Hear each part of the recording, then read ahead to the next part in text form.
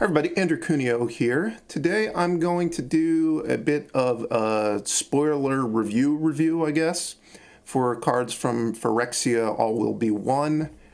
This is going to be a list of the top 5 cards I think are being overrated by people when they look at the spoiler. And I'm going to be approaching this mostly from the viewpoint of how they're going to play in Standard. A lot of it, what I'm going to say, will also be applicable to the other Arena constructed formats like Alchemy or Historic. So coming in at number 5, we've got a reprint Phyrexian Arena. I wouldn't say that this card has gotten a ton of hype for being in the spoiler, but this is a card that people just always seem to love way more than they should. It is a glacially slow way to gain card advantage. And if you look at decks that have been successful in Standard recently, they almost never play cards that are just dedicated to card advantage. It's always a card that's going to give me something that affects the board, and I'm going to get card advantage from doing it. You don't see a lot of cards that are just straight up, this is a card drawing card. And the reason for that is that the value that's attached to cards that are going to have a board presence is just so great that it's not worth playing cards that are only going to net you card advantage. You want your cards to do something when you play them, as well as get value as the game goes on. Also, when this card was originally printed, which was a long time ago, people very rarely had cards that could destroy enchantments in their deck, certainly not in their main deck. But now the ability to destroy artifacts and enchantments is just attached to a lot of cards that people are playing. So if you were actually in a situation where this card was going to be good, a lot of the times your opponent's just going to be able to destroy it. So I think this card's going to have no impact on Standard at all. Moving on to number 4, we have a Planeswalker Kaito Dancing Shadow. So this is a 4-mana Kaito. We've already got a 3-mana Kaito. And it has this unusual ability: whenever one or more creatures you control deal combat damage to a player, you may return one of them to its owner's hand. If you do, you can activate Kaito's loyalty abilities twice rather than only once. This is a really unusual clause on a Planeswalker. I don't know. We've never had a Planeswalker that had this clause before. So if I'm misevaluating this card, it's going to be because this clause is better than I think it is. I think that this clause is not going to play very well in Standard, just because I don't think you're going to have a lot of creatures in your deck that are so cheap that you really want to be bringing them back to your hand and recasting them. So I think that that's not going to be a very big part of the card. Maybe I'm wrong. It's always very tricky to evaluate Planeswalkers. But looking at the abilities of the card and what you're getting for 4 mana, if you're just looking at the loyalty abilities, they're just not very good. Like 4 mana and you've got 0 draw card, that's really not that good. The +1 ability that a creature can attack or block is also really not particularly good. Then you've got the -2 ability, which I think is what you're probably going to activate the first time you activate this Kaito most of the time. And you get a 2/2 Death Touch that drains your opponent when it dies, and that's okay. But if you compare it to an actually good Planeswalker like the Wandering Emperor, I think the Wandering Emperor just does way more for you, and I think the flash ability on the Wandering Emperor is way better than the special ability on this Kaito. This Kaito really suffers from the flaw that it's not very good if you're on the back foot. If you're ahead and you cast it, it's pretty obviously going to be good for you. But that's the way basically all Planeswalkers work, is if you're already ahead on board and you get to cast your Planeswalker, the Planeswalker is going to seem really good. The question is this going to be a Planeswalker that can help me if I've fallen behind? And I think the answer with this Kaito is just going to be no. And if you look at the 3-mana Kaito that's seen some play in Standard, but it's mostly fallen off, that's the flaw with that 3-mana Kaito as well, is that if you're on the draw and your opponent gets ahead, your 3-mana Kaito just is not going to be good enough to catch you back up. I think this Kaito is going to have the exact same problem. So I don't think this card's going to see very much play. Coming in at number 3, we've got Skrelv's Hive. So this is yet another take on a Bitter Blossom reprint. And Bitter Blossom is a card that was incredibly good when it was in Standard. It was probably the best card in the Standard where it was legal. Well, I think it was legal with Thoughtseize at the same time. So Thoughtseize was probably better. But Bitter Blossom was certainly one of the best cards in Standard in its day. So every time a card gets printed and it's kind of a new spin on Bitter Blossom, it generates a fair amount of hype. This card is not awful, I would say, but I don't think it's going to be good enough that it's going to be a mainstay in people's main decks. And that's because it's lacking a lot of the things that made Bitter Blossom good. And first of all, Bitter Blossom was good because it had a really strong tribal synergy, like making fairies mattered a lot. I don't think that colorless Phyrexian Mite artifact creature tokens, I don't think you're going to get any value from having Phyrexian Mites. Maybe you could have some sort of artifact synergies with this card, but I tend to think that that's probably not going to actually work out very well for you. The biggest drawback on this card, though, is the creatures can't block clause on the card. So you're putting a permanent into play that's going to cause you to lose a life a turn, and it's not even going to help you defend yourself. So I think that's a really big drawback, because Bitter Blossom, like all of these style of cards, you have to think this is going to have to be sitting in play for like 2 or 3 turns. Basically, you're going to have to cast it and wait till your third upkeep before you start feeling like you've actually gotten ahead, because certainly 2 mana to put 2 1/1s into play is a card that is not good. It's widely available in Standard. People do play it in the Blue-White Soldiers deck, and there you're getting 2 soldiers, which your deck is good at buffing. Here you're just getting 2 1/1s, and they can't even block. So this card, just the very act of putting it into play, you're inherently going to be falling behind a little bit if your opponent has a good draw. And on top of that, you're also losing 3 life, and you're getting things that can't even block. So I think that it's really not going to be very appealing for that reason. Now, it is very good if you play against someone that has a very reactive deck and their deck is focused on just killing your creatures. There, I think it's actually going to show some strength. So I think that you might want to have this in the sideboard of a white deck if your white deck is looking for a card specifically to help you against other slow decks. One other thing that I think is kind of a subtle issue with this card is that because part of what you're paying for is for your creatures to have toxic, meaning that they give poison counter, so toxic 1. That makes it kind of inherently unappealing to play Anthem effects that are going to buff the tokens up to being 2/2s or 3/3s, because you're really not getting very much for the effort of making the tokens bigger. Because if you make them into 2/2s, they're not actually going to kill any faster. They're just like slightly harder to block.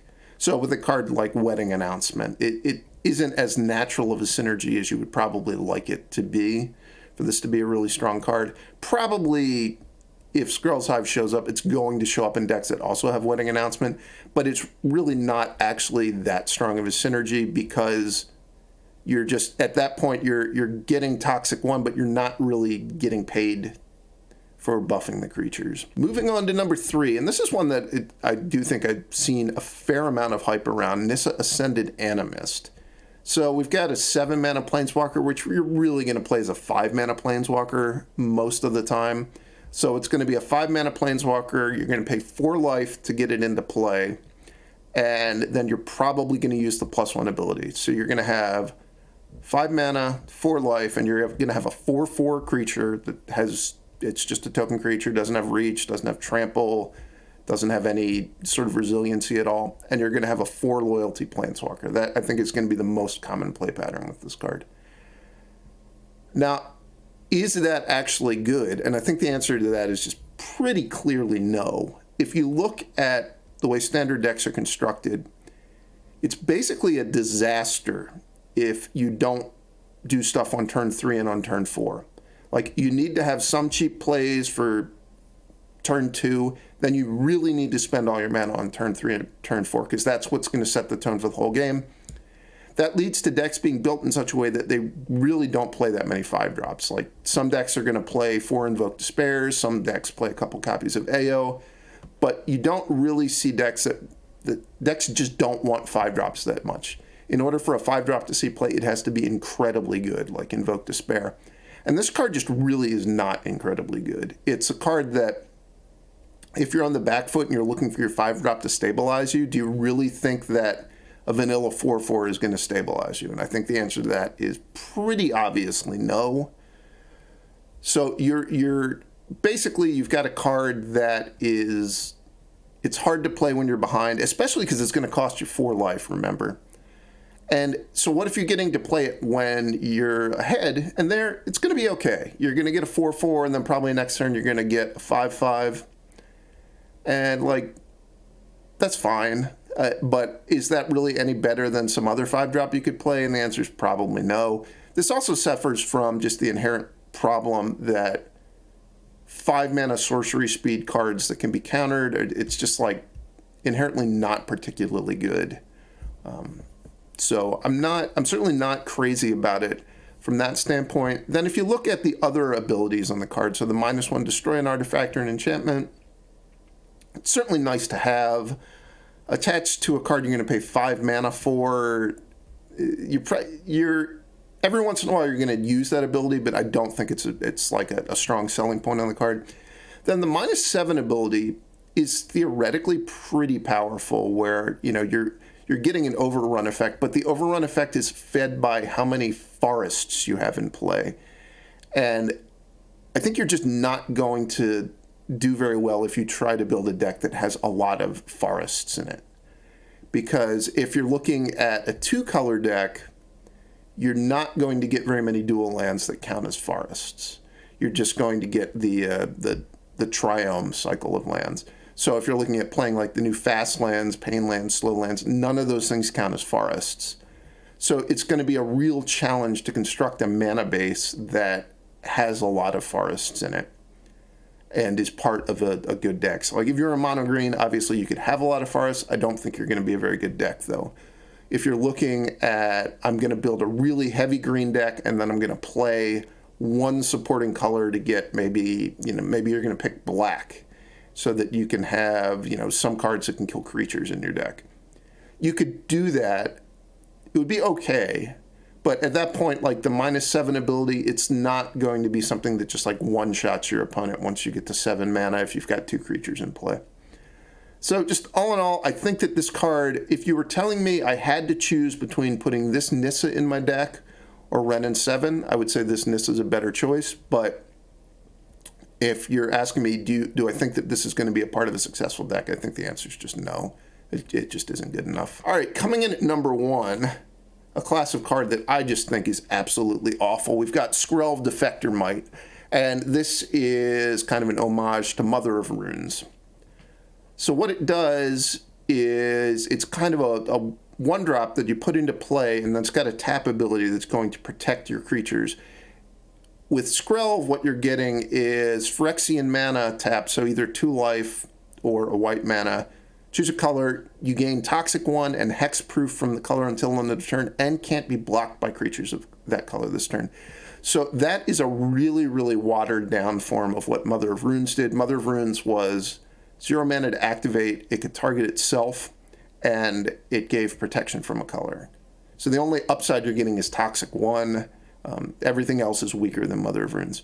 Now, I have what is probably not going to be a very popular take. I think Mother of Runes is the worst Magic card that has seen heavy play and constructed of all time. Like if you look at across all formats, it's been fairly heavily played at points in Legacy, and when it was in Standard, it was fairly heavily played, and I think the card is just actively bad.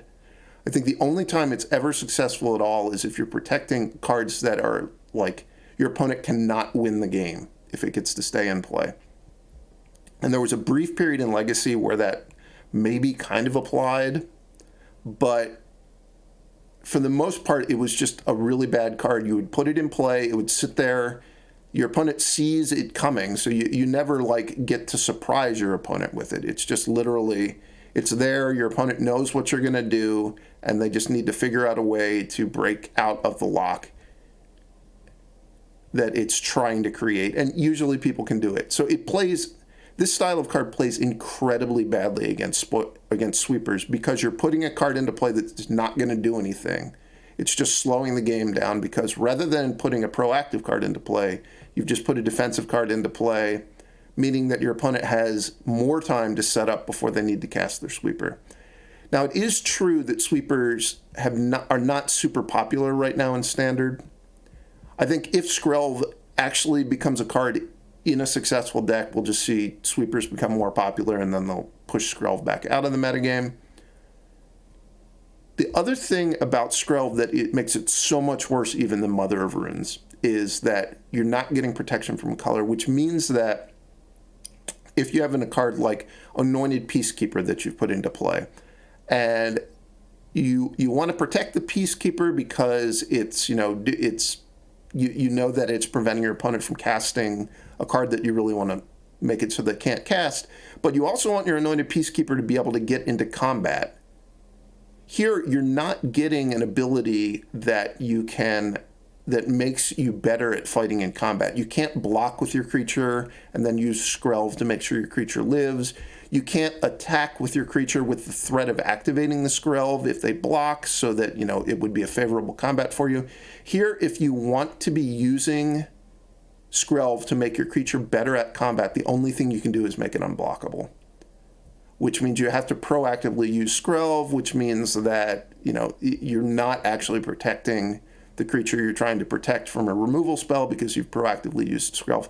I think what's going to happen is people are going to put Skrelv into play, then they're going to cast whatever the creature they're hoping to protect is, and then both Skrelv and that creature are just going to sit in play, not attacking, not blocking, just hoping that whatever the special ability on the creature is enough to make it worthwhile having invested 2 cards in it. And I think the answer is going to be that it's just not going to be worthwhile. So, yeah, I think Skrelv's going to be really popular for like the first couple of weeks of Standard, and then it's just going to fall off a cliff and people are not going to play it at all anymore. If you want my honest opinion, I think they could reprint Mother of Runes in Standard, and I don't think it would be good. So Skrelv, I think, is much worse than Mother of Runes. So there you have it, my 5 takes for cards that are going to be bad in Phyrexia Standard. I'm sure that there's going to be lots that people will disagree with, and we'll have to see how it plays out. I will make a video where I'll eat some crow if it turns out I'm wrong. So subscribe to my channel if you want to see that. Thanks for watching.